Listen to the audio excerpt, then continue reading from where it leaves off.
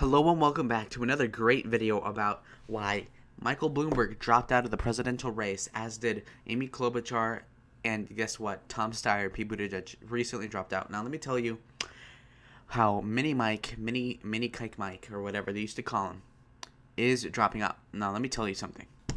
When you look and contextualize what actually happened, what you see is a picture of a guy who has his own narcissistic delusion of winning. Now, he even said in his speech when he was quitting that he said that even though we had a small chance, I still fought for it.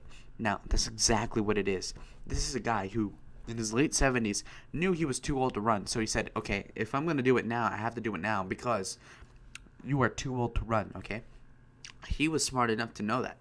So he ran now.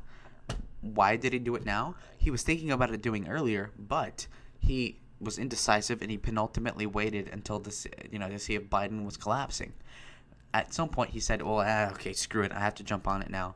So he got in there in the last minute. He rationalized this by saying that he can focus on the Super Tuesday states and not worry so much about the last. And he could focus on states like Arizona and other things that are later on, even after that, right? Assuming that he would do so good. Now, he spent $700 million on something that was ultimately, 15% of the vote went for him. The delegates, even less so, represented him. So what we have is a Michael Bloomberg that did not have the energy, nor the momentum, nor the charisma, nor the ideas even to become the president, and now even the nominee. And when you see this, it all becomes clear why he dropped out. Now, let me tell you something. He had enough money to last this entire time, up until the convention. I see that, but he has enough self-respect, nor does he have the stupidity like Warren does to stick it in as long as possible. Why? Because he does not see a possible benefit. Now, did he argue that, okay, I will drop out, endorse Biden to be Bernie? Of course. He doesn't want Bernie to win. But at the same time, will he get vice president out of this? I don't think so. I don't think he has much of an interest aside from being president because he's going to go back to a retirement home. Maybe he'll give money to Biden, and this is going to be really crutch into, bailing out the DNC from bankruptcy. But let me tell you something right now. He simply does not have the equity in the party right now to leverage it. Why? Because he would have stayed in and he would have gotten Biden out somehow or whacked, okay? Or Bernie, honestly. That is to say that the DNC is thick-headed enough to think that they don't necessarily need Bloomberg right now, which is an interesting dynamic to picture. But also, let's add in the factor of Donald Trump. Now, Donald Trump has been pitting the Democrats against each other this entire time, just calling them Pocahontas. Elizabeth Warren is not a true Indian, whatever. Look, let me tell you something about this.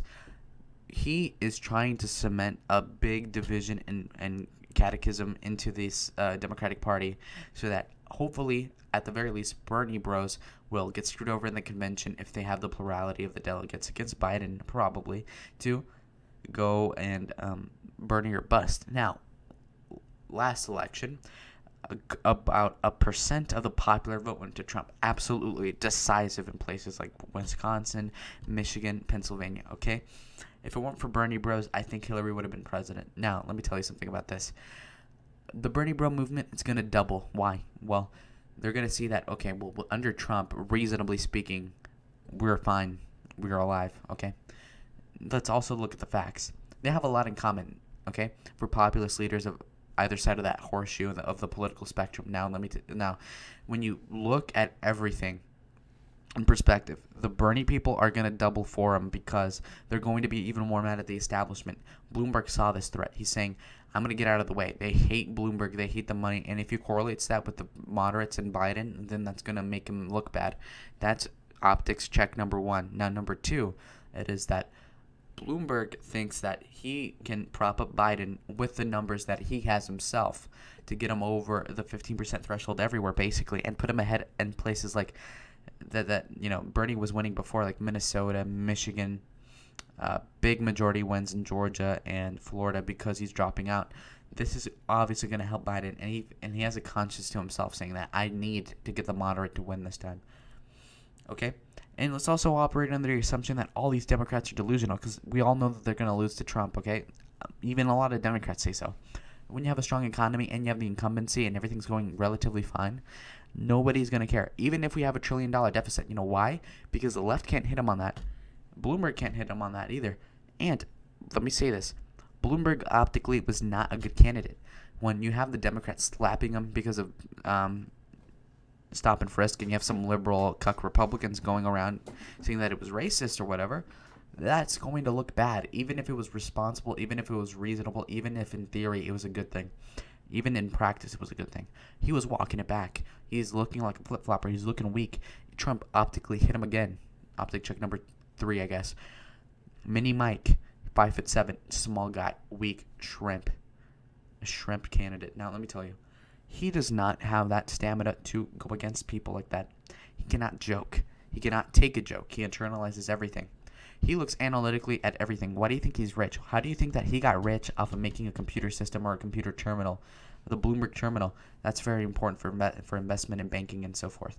That is crucial to the Wall Street genius that is Michael Bloomberg.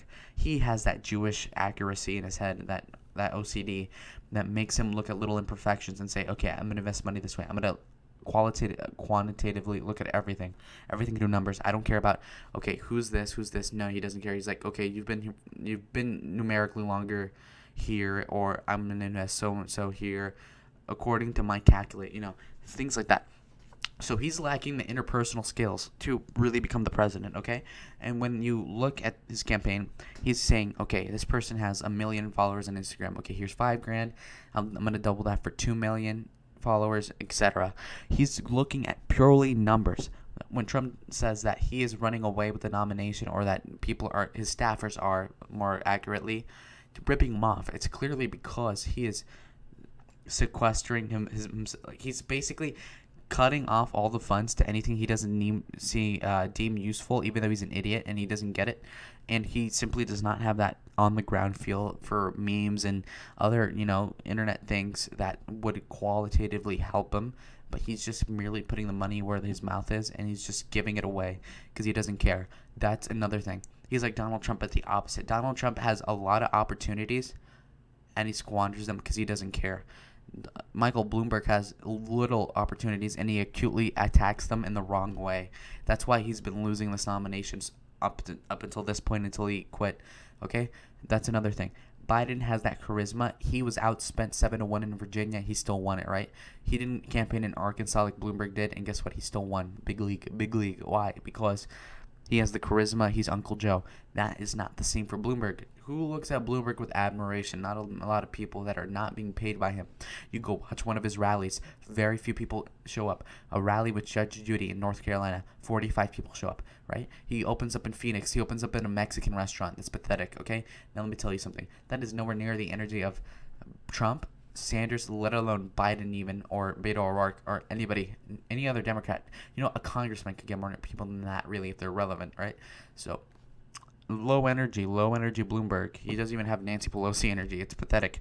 And when you compound this with the fact that he's optically not up for the job, he's 5'7", he's small, that penetration in his armor, in his small figure, that penetrating factor of Trump calling him Mini Mike is just so conductive to everything that is wrong about him physically. It is just him looking like a small sea turtle, and it simply does not compute in his head that that's a factor. He does not internalize things well. He's very vindictive, obviously, and he claims that he can do things and he will get it done.